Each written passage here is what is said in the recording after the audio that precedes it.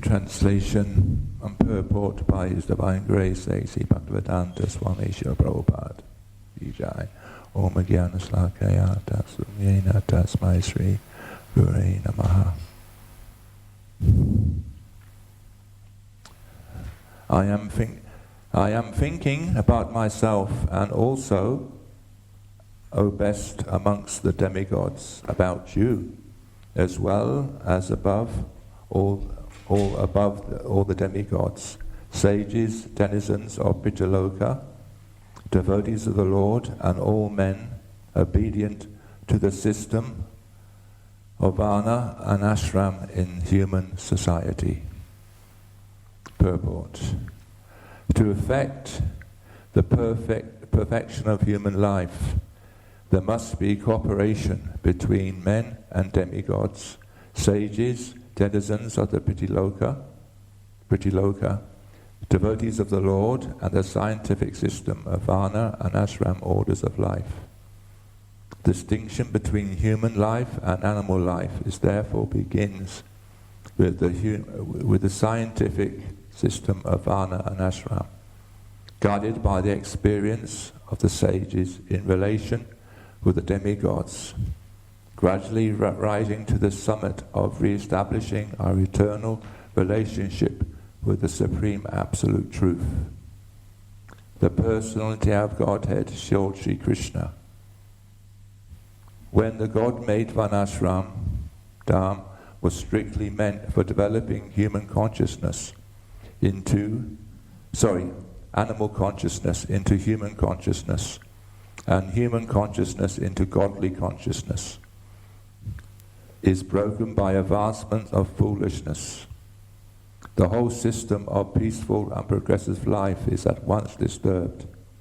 In the age of Kali, the first attack of the venomous snake strikes against the God-made God Varnashram Dharma, and thus a person properly qualified as a Brahmana is called a Sudra, and a Sudra by qualification is passing as a Brahmana. All on a false birthright claim. To become a Brahmana by birthright claim is not at all bona fide, although it may be a fulfillment of one of the conditions. But the real qualifications of the Brahmana is to control the mind and senses and cultivate tolerance, simplicity, cleanliness, knowledge, truthfulness, devotion, and faith in the Vedic wisdom.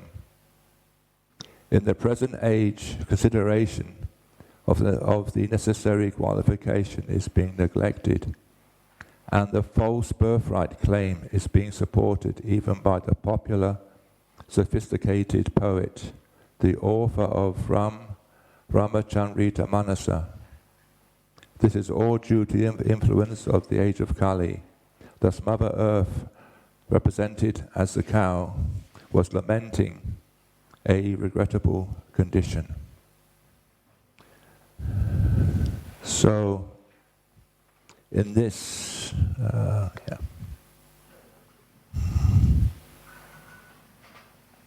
in this purport, we're talking about the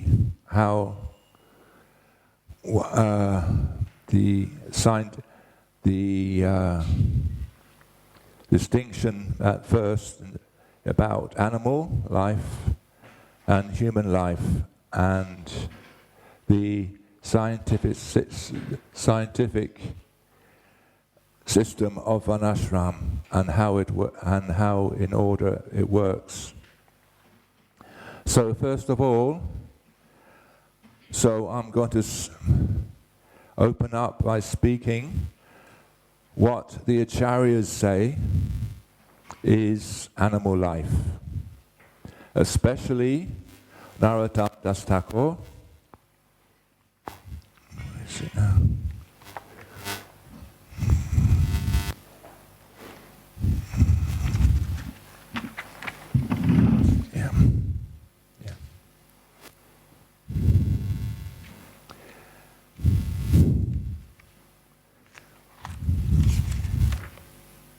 This is from Srila Prabhupada's purport On Nitai, it's Nityananda Nishta. Nitai Kada Pada Padalam Bhajan. This is Prabhupada, all the songs of Narottam Das Thakur, he wrote six purports to Narottam Das Thakur's song. So this is one of them.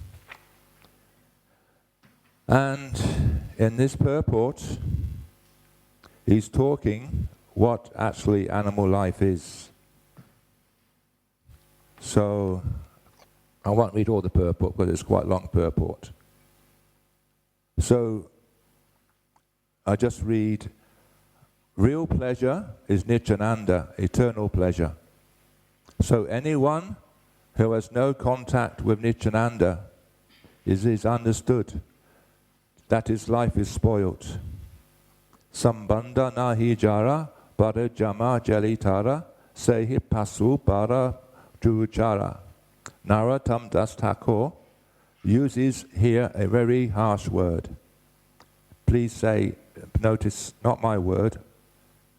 Narottam Das Thakur says this. He says that a human being is an animal, an uncontrolled animal. There are some animals that cannot be tamed.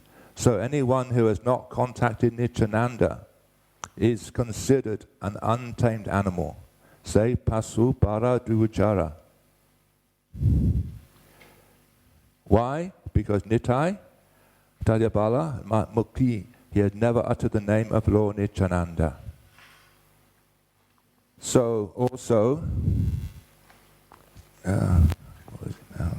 Somewhere here.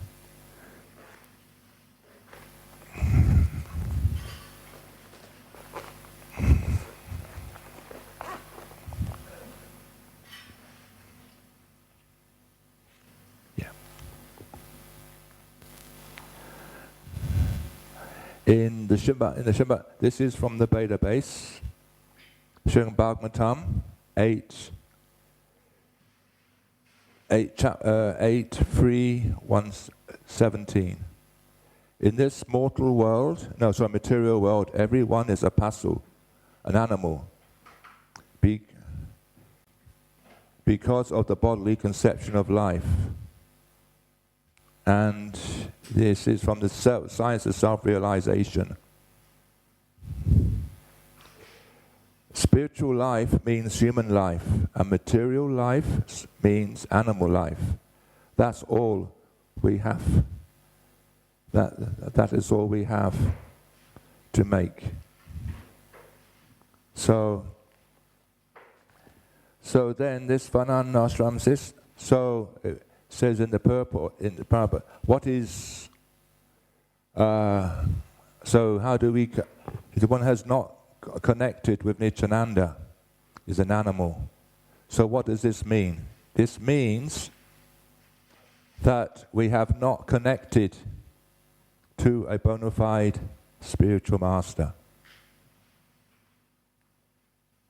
And the spiritual master, he's a manifestation of, the spiritual master has two manifestations. In the material world, he manifests as a spiritual master.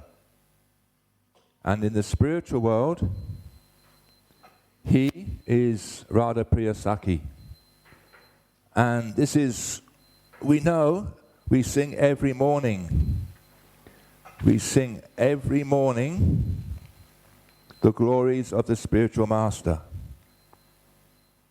And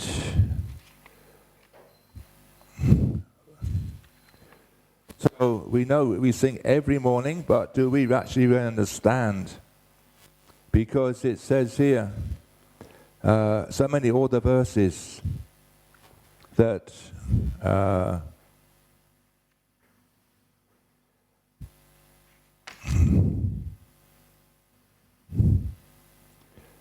now this verse 7, Sakshat Sadavatena Samasastra Yuktas Shata Bhagavatat Sadhi Kunta Prabhu Eva Prevatasya Vandeyam Shri Guru Charavindam.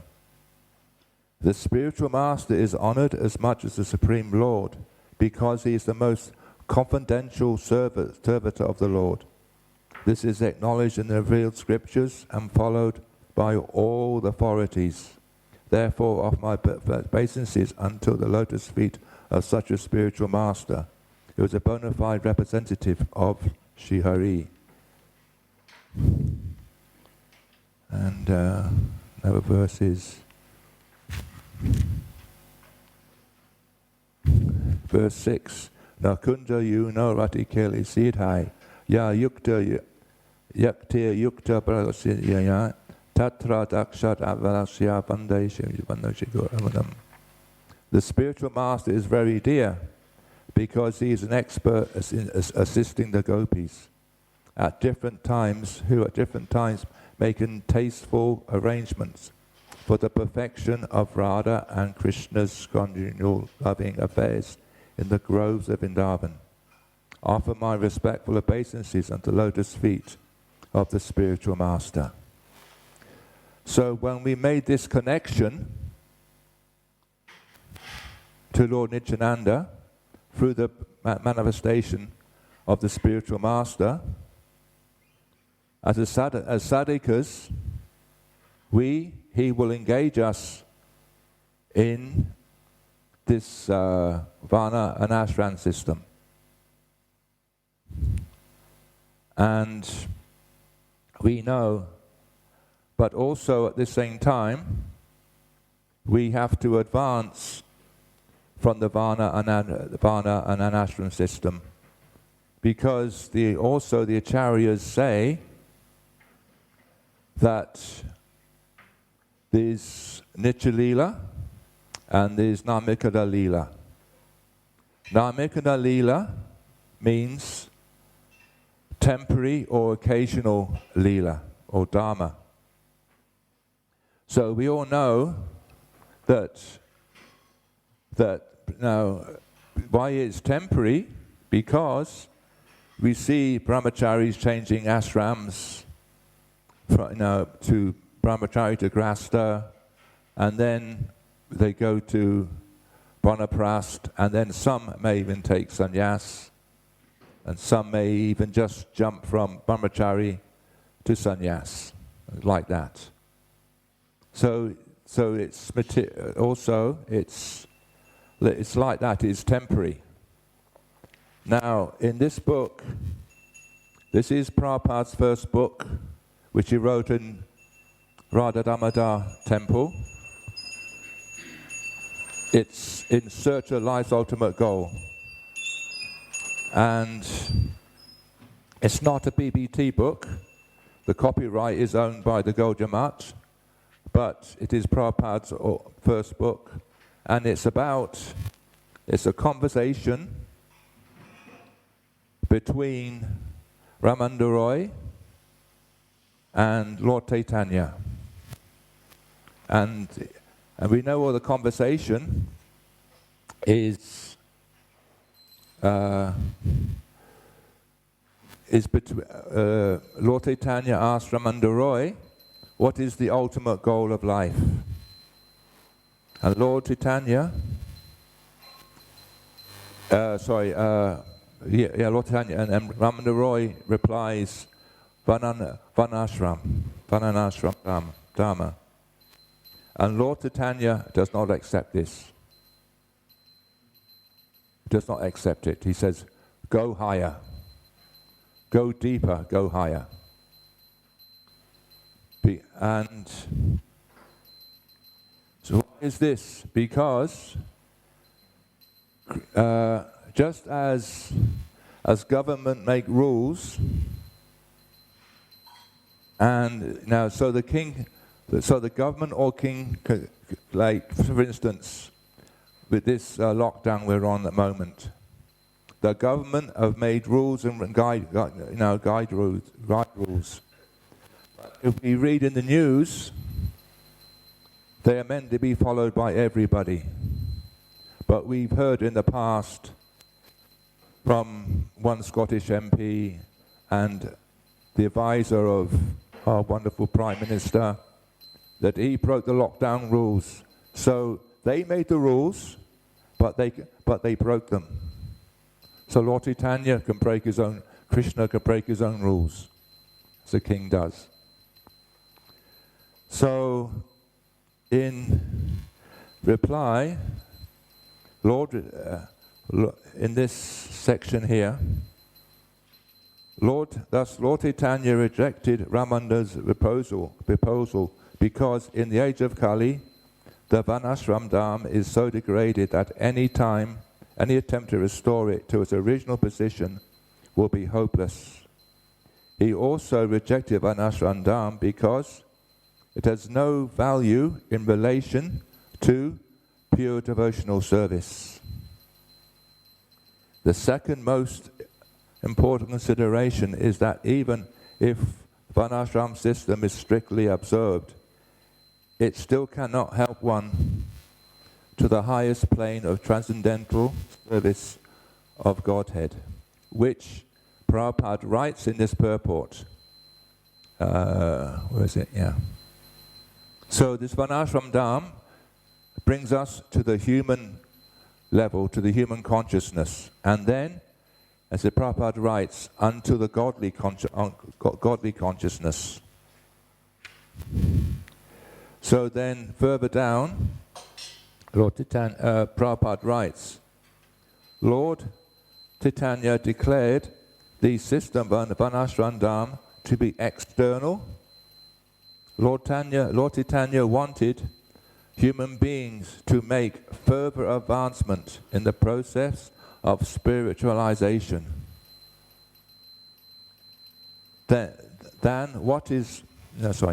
Process of spiritualization than what is possible by the performance of Varnashram Dham.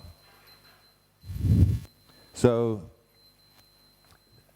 Prabhupada accepts Varnashram Dham, we have to follow it, but at the same time, we have to make advancement, and this is through the connection. First, we have to come off the animal platform.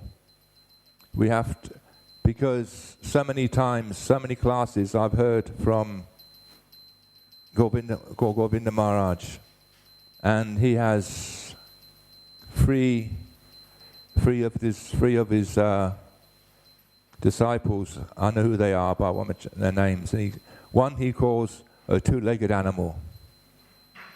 One he calls the hog, and then one he calls the sea hog. And I know who they are, but they have been here. And they admitted, yes, and so even though we may, when he speaks like this, he's talking, we may be on the level, following,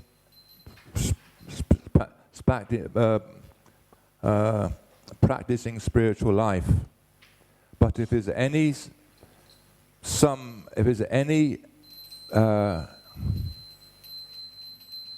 substance of material life in us, which there within us, then it is then that's still animalistic. Propensity is still in us, sleeping, mating, eating, and defending. This is animal life,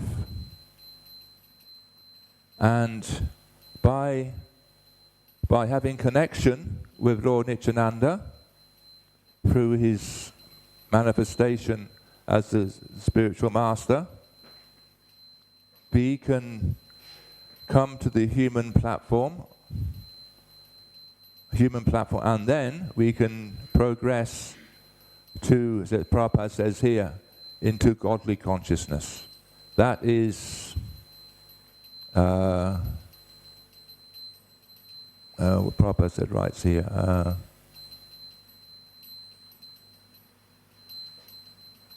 Somewhere. Yeah, to bring us to make advancement into our as Prabhupada writes, in this book here, to our to knowledge of our eternal relationship with Krishna. In the morning, when we were dressing the deities, we would read some prayers out. And before we start dressing.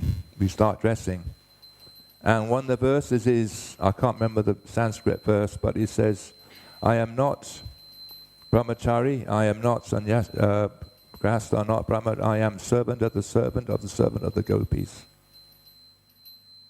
We are eternal servants of Krishna, but we serve Krishna by serving the spiritual master who manifests. His manifestation is that he's an eternal servitor of Radha and Krishna and serving them nicely in the spiritual world, and the other is that he's manifestation of Lord Nityananda.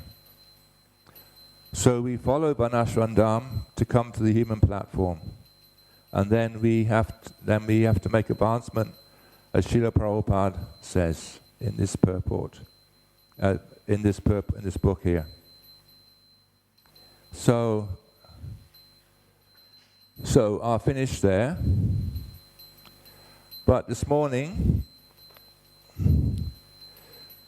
I have a little surprise. Today, we're in the month of Kartik.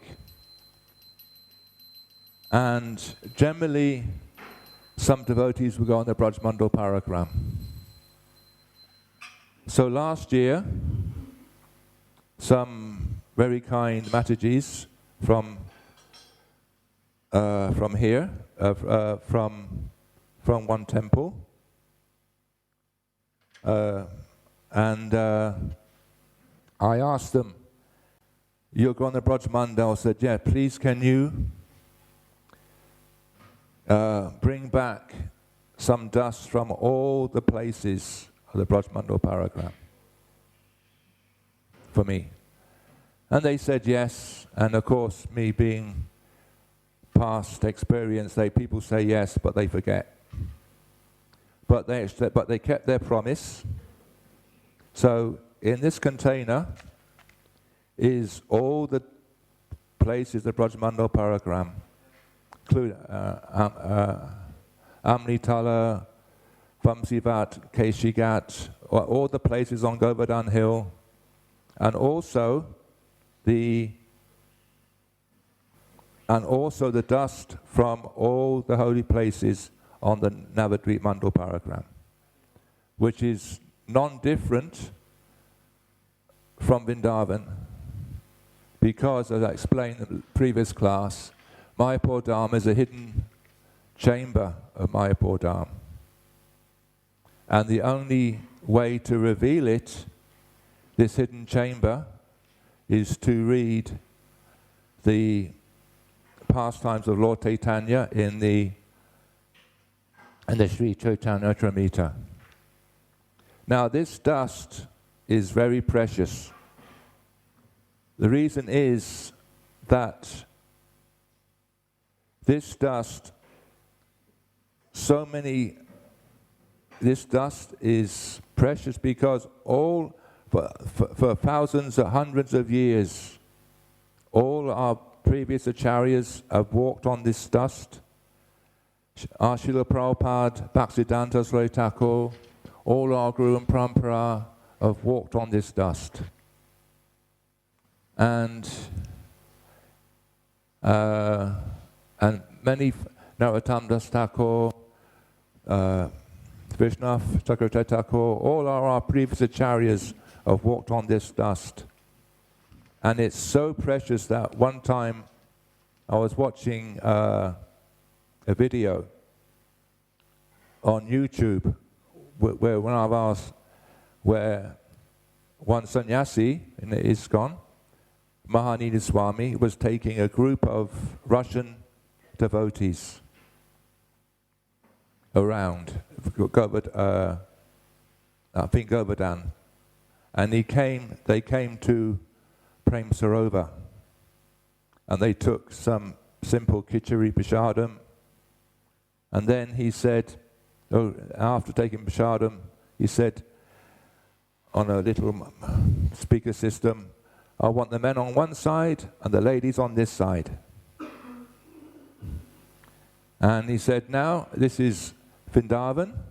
He said, this is the dust of Vrindavan. I want all the men to roll in the dust and the ladies to roll in the dust. Then he said, I noticed you, some ladies, some of you got very expensive saris. And some of you men have got nice white silk saris. I mean dhotis. Dhotis. But you still roll in the dust. So everyone rolled in the dust. And then, when they rolled in the dust, some of them got up, because some of the dust got in the ladies' hair, and you can see on the video the saris are covered with dust, and the men and the ladies, they, with their expensive dhotis and saris, they went. He said, "Oi, oi, stop this! This dust is pure dust of Vrindavan. This is very offensive. So roll the dust again, and don't shake it off." So when you take your bath and you wash your clothes, then that's okay. But you don't shake it off like this. So this is how this dust is. So I'm going to put someone, then they can pass it around to everybody. Okay. And pass it, put it on your head, yeah. Everybody.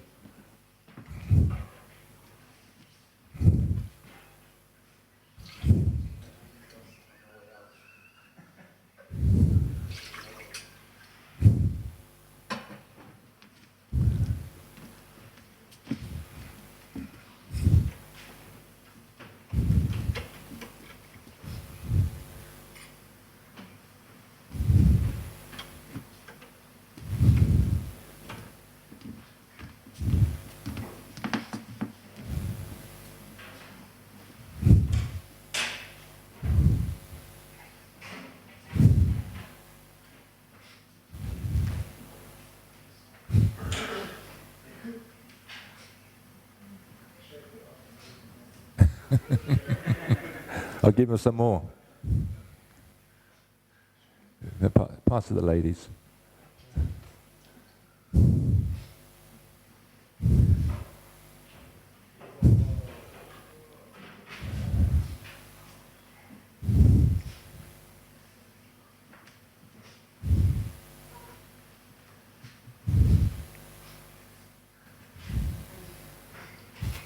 I'm your servant, as Bhaktivinoda Thakur used to say.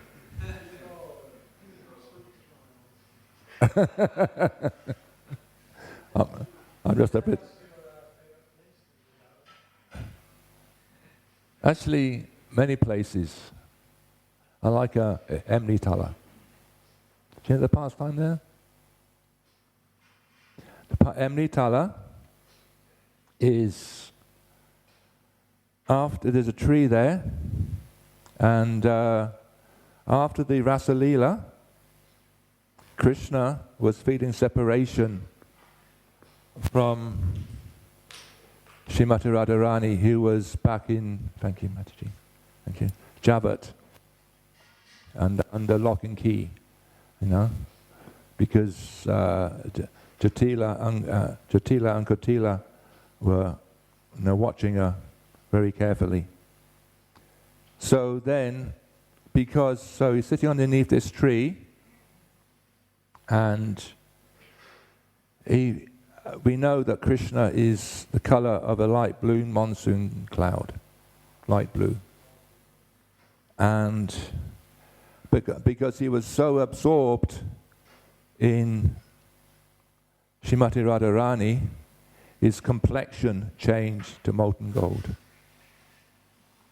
So the Acharyas explain the tattva behind this pastime is that he was so absorbed that his complexion changed because he was thinking of Srimati Radharani, and at the same time he was thinking, why does Radharani's, why does she love me so much like this?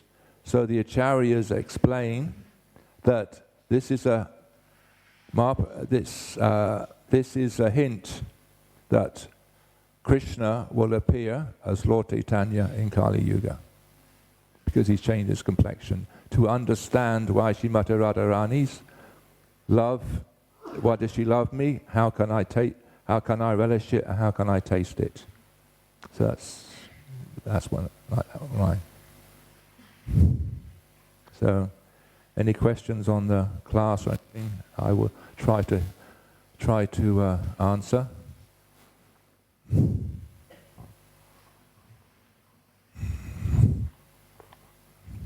Thank you, Shri Prabhu. Thank you very much for the present and class and everything.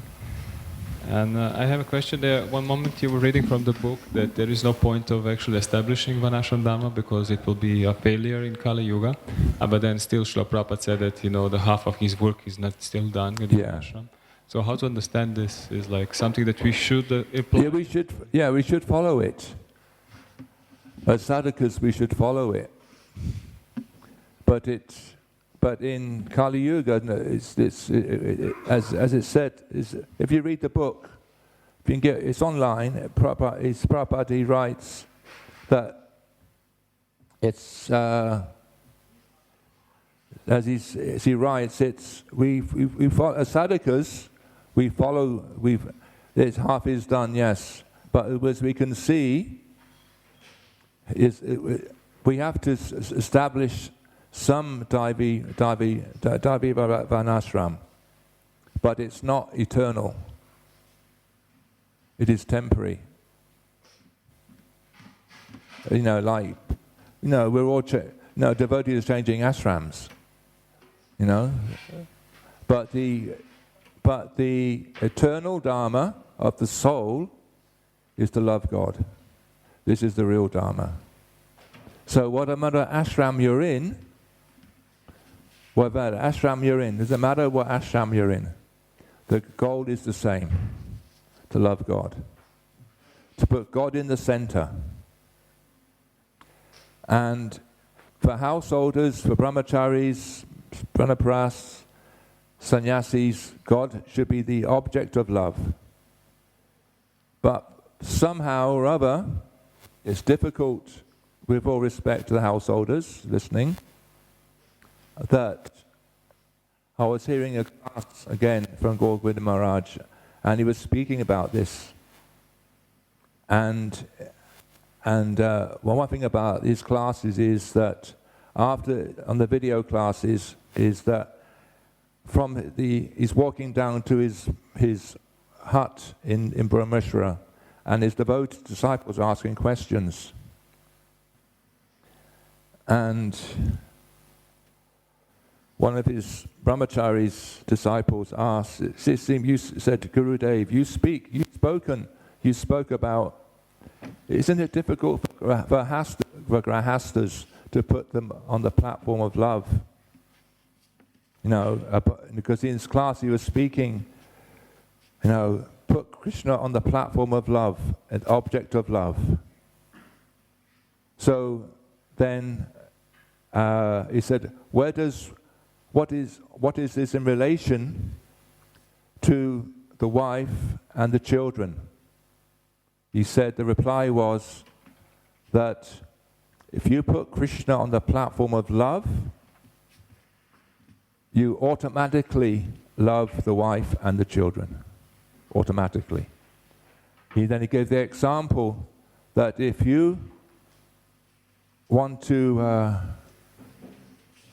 water a tree, you water it through the roots. You don't water the leaves individually. You water the roots of the trees, and then the leaves will come, or the fruit will come automatically. Things like that.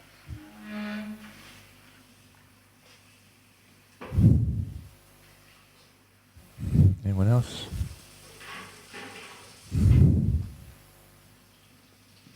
Okay. Grantaraj Bhagavatam ki jai.